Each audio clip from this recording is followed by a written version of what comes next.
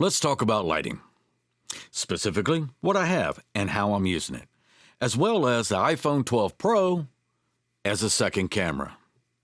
Let's get at it.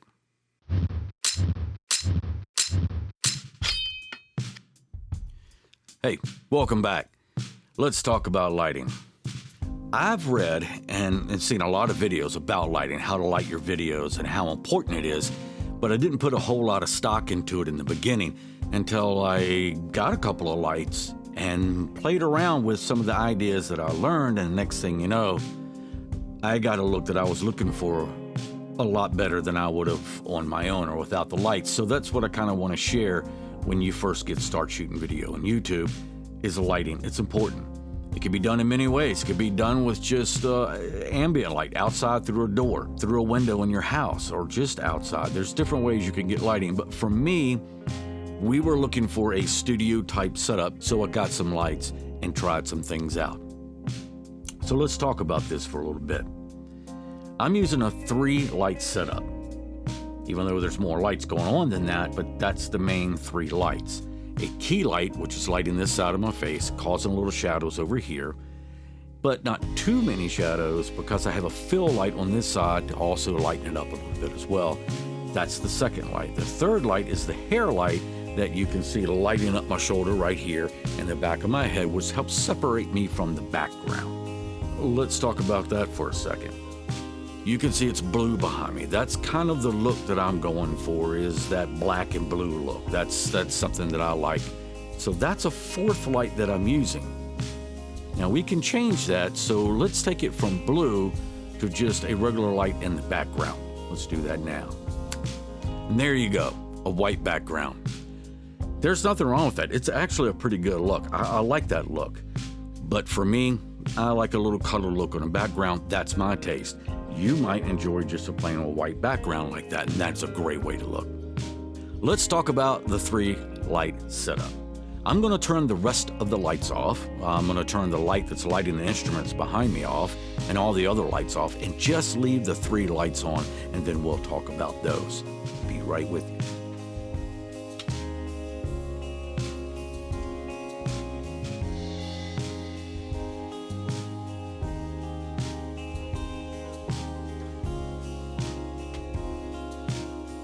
Okay, so this is just the 3-light setup.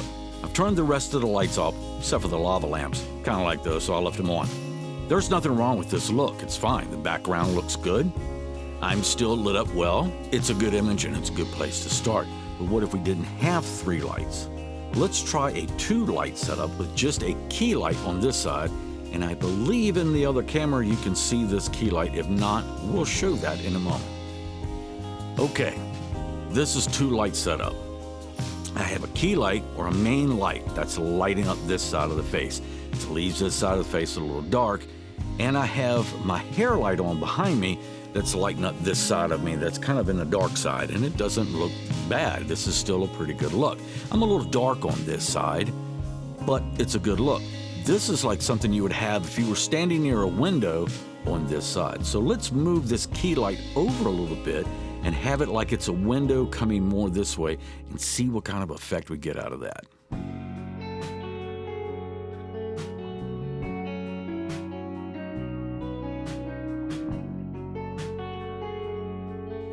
Okay, now I've shifted the key light over a little bit, so it's getting me a little bit more light on this side. So I'm definitely getting a little bit of highlights you can see in the cheeks right here. This is not a bad look. If you had one light, such as a window, if you were at a window, or a sliding glass door, in my case, I've used that upstairs before, with that window and the sunlight coming this way, you kind of want it coming off an angle just a little bit, and helps light you up. And in the background, you could have another light put back for the hair light in the back, and it's a 2-light setup, and you get a pretty good image this way. It's not bad at all, and it's very workable. Now what we have is a 2-light setup. Same key light here, same position, and we put in the fill light on the other side and kind of filled a little bit on this one. It's not quite as bright as the main light, but it's helped filling in some of the shadows on this side, and no hair light this time. So this is 2 lights. So we could have done with the main key and a hair light, or the main key light and a fill light. this is not a bad look. This works out okay too, and I see this done a lot because it's probably one of the easiest ones to do. If you only have one light, or sometimes something that reflects light, you have the window outside that you use as a main light, and then you have another light on the other side to kind of fill in the fill light a little bit. This is not a bad option. In my bedroom, actually, I have this set up. It works out very well. When the sun comes around on the window on one side and I have a corner and a window on the other side, it works like a fill light. So I have the bright sun coming in one window and another window, the light's coming on the other side. It's a little less light, but it acts like a fill light. So it doesn't have to be a light at all. It can be the sun and where you stand in relation to it. What this look doesn't have is a hair light or a light behind me that helps separate me from the background. That's why I like to put the lights in the back or have the hair light on to really light myself up. So my first 3 light setup was by a company called Geva, great video maker. Not the best name I've ever heard of, but the price was right. It came in a kit. I got 3 lights in one kit, stand, the light, power supply, and a case to carry it all in. And we shot quite a few videos with them, and I still use it. When you cut it on with the regular power supply, all your controls are here. Plus it does little things like changes colors. I can actually change color out of it, and it has other special effects in it as well. That's kind of neat, but I just haven't used them yet for what I'm doing in YouTube. I don't really need it, but the different colors are great. It's RGB, red, green, blue. That's what RGB stands for. So you can go through all the different hues on that. And they're pretty good lights. The next light I got for the hair light, and it's just a plain outright white light, but it's a really nice light and it does a good job for the hair light and other spotlights. I use it for B-roll on occasions. So let's take a look at that. So this is the next light I bought in Teletech. It's just a spotlight. That's all it really does. It only has one light, one control, on and dim. With this light, the barn doors actually work really well. And I use them quite a bit just to narrow the light down to a specific place that I might want it, or to let it go all the way up. This is actually a really good light for the hair light. I have used it for a key light, and I've used it for a fill light when you can dim it down. It's a good light to have around, and the mount that it's on is actually pretty interesting. It's called Newer, Neewer, I believe, Newer mount that I actually have on the wall.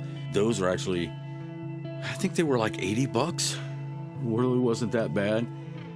To get all this at one time can be a little interesting. So I got 1 or 2 things at a time, did a couple of videos, got another couple of things at a time until you got to the point where you have a few things that you can set up with. The light I'm using to light up the background, it's the same light I just showed you with the GVM. And that's how I can push a button and turn it to blue and change that background lighting. It's actually a pretty cool effect, something I like doing. But now, let's look at the lights in the back. The lamp, lights, anything other than a lava lamps, the other stuff I have, and let's see how that works out. All right, so let's talk about the lights I have in the background here a little bit. I have this arrow. It's my wife's. I don't know where she got it, when she got it. It looks pretty cheap, but it just adds a little element. I think there are AA batteries in the back of it. You could put this about anywhere, just to add a little bit of scenery, something to look at. And I stick that in the back. So here's the lampshade. I liked it in the background. Something to see. It's an actual lamp. It's plugged in. Works normal.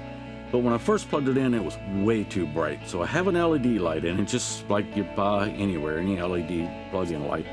But because it was too bright, I needed to dim it down a little bit. I did something kind of weird. Let me see if I can make this happen for you so you can see that.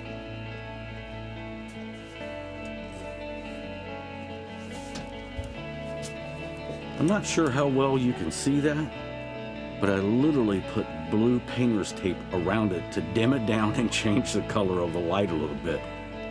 Okay, here's another light. I picked this up at Walmart. I believe it was either Walmart or Best Buy, one of the two places. I picked it up there. It's a 2-light setup. It has white lights and yellow lights in it. And at first, I used this as a fill light. Now, I use this as a second light in the background behind the drums. If I can get it set up there now. Just to light up right back in here. And it just makes it a little bit more interesting. So that's all the background lights I have.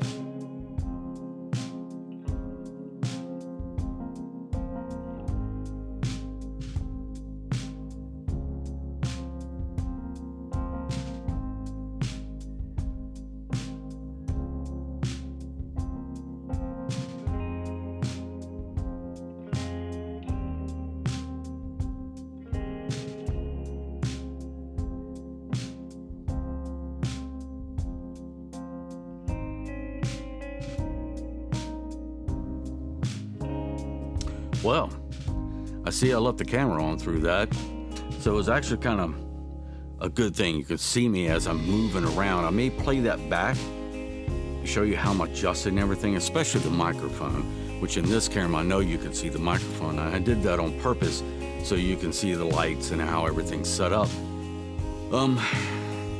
So in between each shot, you kind of have to move things around a little bit to try to light the shot up. And I don't know how well I did on this. That's going to be a judgment call on your part to see if I lit myself up right, if I did it right each time I moved around. And we're back to the main scene here again to try to wrap this video up for you because I don't want it to go too long.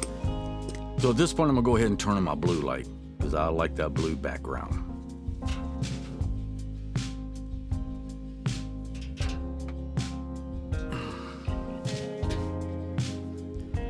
To me, I feel like I have a little bit more separation. I like that blue in the back, especially with the blue and the black. I think it looks pretty good. That's just my preference. So you can pick the colors that you want. Throughout this video, you saw cuts to the iPhone 12 Pro. Not the Pro Max, the iPhone 12 Pro. That's what I was using as a second camera. That's off in the back. Tell me how you think that looked. I've been having trouble with it, especially with skin tones. It seems to be washed out the best way I could tell, and the colors come out a little interesting. And I have to fiddle with it to try to match the other colors.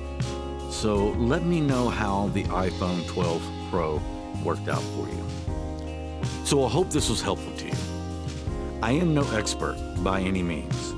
I am still learning. That's the whole idea of this channel, is to show you what I'm learning, and hopefully you guys have some tips for me on how I can make it better or how it looks to you, what I did well, what I didn't well. I'm always up for the advice. I appreciate that. So if it's interesting to you, at least, subscribe to the channel, press like, and hit the notification button. Thank you so much for joining me. It was a pleasure having you. I hope you enjoyed the video. Always take care of yourself. Video as much as you can and push that red record button. We'll see you soon.